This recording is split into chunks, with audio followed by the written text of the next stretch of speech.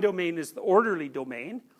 And the orderly domain is the place where, when you act, what you expect happens. And that's orderly because you understand it well enough so that the snakes don't escape when you walk forward.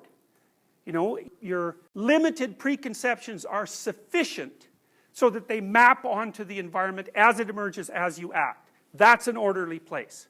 And fine, that's not a bad place, you know. It's like you want most of your experience to be that kind of place, because otherwise it's just too overwhelming, right? But the problem with order is that you can have too much order, and all the variability of your experience can be pushed out, and then you get bored. So the answer in total order, and we've also talked about what happens when the answer becomes total order, right? Because that's the totalitarian solution. And we kind of think that maybe it's grounded in not only in fear, but also in disgust, or maybe mostly in disgust. And so the opposite of the orderly domain seems to be the chaotic domain. And the chaotic domain is where you are when you don't know where you are.